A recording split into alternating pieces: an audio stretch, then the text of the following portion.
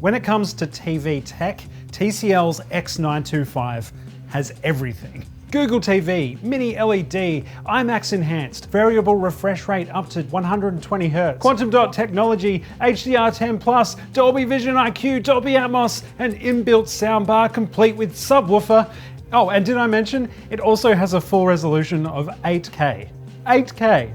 Now, I already have thoughts about 8K, and after using this TV, I have a lot more, so there's a lot to talk about there. So I'm making another video explaining some of the tech behind it and why they aren't such a great idea. That's coming out soon. Subscribe if you want a deeper explanation.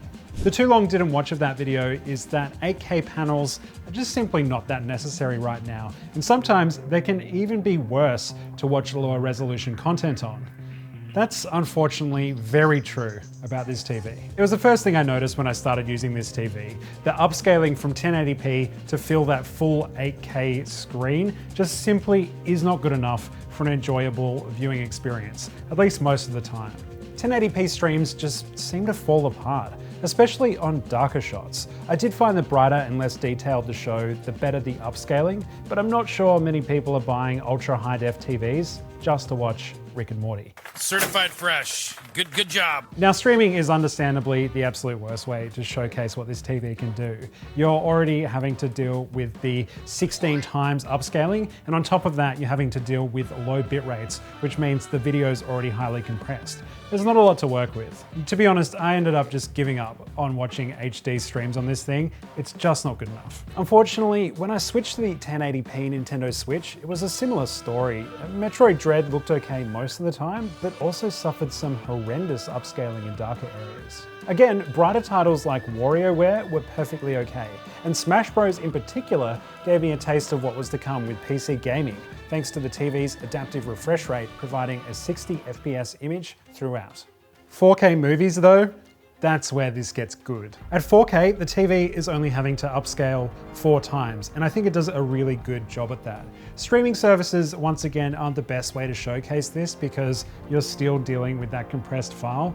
But if you can somehow find a UHD disc player and want to invest in the discs, or, you know, find the files somehow, you'll be treated to an absolutely incredible viewing experience. The HDR mini LED display reproduces incredibly accurate colors, deep blacks, very bright highlights, and an all-round, dare I say, cinematic experience. I made sure to watch some movies that I'd actually seen in cinemas before, so I had something to compare against, and yeah, they looked better in my living room by far. Ultimately, anything 4K and above on this TV was so smooth and beautiful, it brought tears to my eyes. And everything below that was so blocky and ugly, it brought tears to my eyes. So what about 8K content then? Let's talk about that. In most reviews of 8K TVs, you're gonna read the same thing over and over again. There's simply no 8K content out there right now. There's not much point. And that is very true, but I did manage to find some test footage from a camera that can shoot in 8K.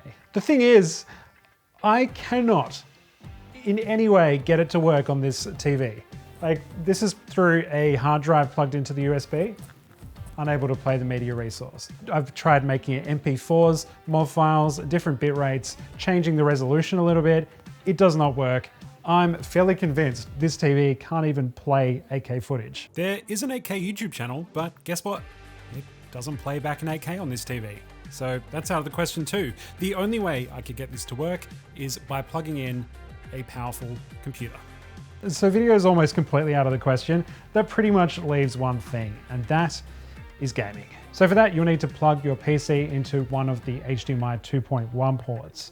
And you'll also need to purchase an ultra-fast HDMI cable. Your regular ones will not work. I was honestly shocked to discover that my PC can run 8K games at high-ish graphic settings. Forza Horizon 4 was actually the best display of this tech. My PC sounded like it was one of the cars, but it did handle the game at 8K Ultra with no crashes. Doom Eternal was a little tougher to get going, only being able to run at 8K with low graphic settings.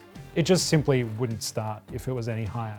By the end of my time with this TV, I was just opting for less graphics intensive games. That way I could enjoy the games as they were intended without worrying about my computer catching fire. Ori and the Will of the Wisps, for example, looked incredible. Old school Halo, even games with retro aesthetics like Inscription looked right at home on this high-res display. At 8K, the TV seems to max out at 60 Hz, so you're not going to be getting anything above 60 frames per second for your games. But that's still pretty good though, right? If you drop down to 4K, that's when you can start to get into 120 Hz territory. So then you're able to get 120 frames out of your games. If you ask me which I prefer, 8K low graphics settings and 60 FPS, or 4K upscaled to 8K with 120 frames per second and ultra graphics, I'm going to take the 4K option every time. It's a much better middle ground than blasting off to 8K when it doesn't even really work that well. I must admit, after playing some 8K games, I just cannot tell the difference between 8K and 4K. And considering 4K performs so much better on my PC, and probably everyone else's PC as well, I just don't really see the point. If you're not a video nerd like me, I look at video every day for work, you're probably not going to care. The one cool thing I did love about 8K is that you can get super close to the screen and not see individual pixels. Look at that. That is just impressive.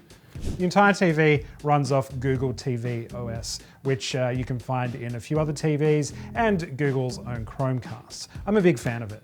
I think it's one of the best TV experiences out there. It does a really good job of serving you content that you'll likely want to watch right on the front page, gives you a lot of choice over apps, extra downloads, and of course is fully compatible with Google Home. It even has voice assistant built in, so hey, cool, I guess I have yet another Google Assistant to talk to. Turn off all the lights. Oh. I did find the operating system occasionally to slow down quite a lot, to the point where it's super annoying, but that normally only happens if you haven't turned the TV on for a while and it's spending the time to catch up and downloading all the information it needs. So most of the time, it's a pretty smooth experience. The remote carries on this trend, being just as easy and simple to use as the TV itself. All right, so this is the remote, and it's got all the buttons that you'd expect from a TV remote. You know, volume, home button, back, inputs, pretty normal. You've got Google Assistant up here, and you can actually talk into the microphone on the remote itself, which is good. You don't have to shout across the room. There are these 6 buttons down the bottom, which are, in my opinion, quite ugly, because the rest of the remote is like a basic black, and this is white with just the logos of the different streaming services printed on. I don't like it at all. And if you look even closer, you can see that the YouTube one is already starting to fade away after just 1 month of use. To be fair though, all of these buttons do instantly open the streaming services, so it is really quick. So if you are using Netflix, Stan, Prime Video, Disney Plus, or YouTube a lot, then you've got access to those at the press of a button, which is really cool. I do just wish that they gave you the option to swap these out. We've also got the settings menus, which just like the rest of the TV, super simple, super easy to understand. It took a couple of days of fiddling with the settings every time I turned it on before I was happy with it, but after fixing the usual suspects and turning most of this stuff off, the TV was ready for action. It might take a little bit of experimentation, but at the end of the day, there are enough settings here to really make the TV look how you want it. While I was rooting around in the settings, I was actually really surprised to find that the audio settings are not that comprehensive. Like, you've got a few, but it's nothing like EQs or anything like that, which is really surprising because down here, you've got one of the best speakers I've ever seen on a TV. I was wondering where to put my soundbar when I put this on the TV cabinet, but holy moly, I think this is better than any soundbar I've ever used. The TV says it's got Dolby Atmos, but I think actual surround was a little bit hard for them to pull off with the placement of the bar down the bottom here and the fact that it's not that huge. But if you do sit directly in front of it, you do get a pretty good approximation of surround, so it does work in the right circumstances. Besides that, it just presents audio in such a balanced and nice to hear way. I absolutely love it. It is hands down the best speaker on any TV I've ever used. I must say, it does kind of make this TV look a bit more old school than you'd expect from a 8K TV with all of the tech in it. Its weight, thickness, hard silver edges, and the soundbar down the bottom all kind of make it look like those huge rear projector TVs from the early 2000s that everyone had. It's certainly a look. I also would just straight up not feel safe mounting this to one of my walls. It's 35 kilos, so it's very heavy. It does come with mounting stuff, but yeah, you want a professional or be very sure you know what you're doing before you stick this on a wall. Same with setting it up on a TV cabinet. It's very heavy. Definitely need 2 people for that job. So, should you buy this TV? Oh, look, at the end of the day, the TCL X925 is very cool, but a very hard sell. If you're investing in a future where we do have 8K media, I'd still recommend you wait. By the time the distribution platforms and playback tech is actually ready, it's highly likely there'll be cheaper and possibly more capable TVs available. Besides, if you're buying this for its HDR or Quantum Dot or mini LED tech, 4K TVs can do that too, and they're a lot cheaper. The casual viewing experience on this TV is so disappointing. I cannot in all good faith recommend that a regular household get this. If you're just a family that watches whatever's on the latest streaming services, it's not for you.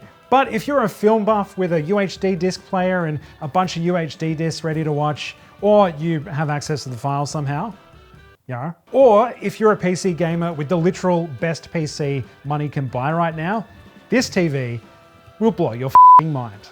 That's the review. Thank you very much for watching. Please do subscribe if you're interested in hearing a few more thoughts and facts about 8K television. That's coming out next week. Subscribe if you want to be notified when that comes out. Besides that, thank you for watching. Hit like if you enjoyed the video and if it helps you decide if you'd like a TV like this. And yeah, until I see you next time, I'll be packing this away because I don't know if you can tell, it is absolutely bending the hell out of my TV cabinet. And yeah, I'm starting to worry. It's a heavy TV, and my TV cabinet will never be the same again.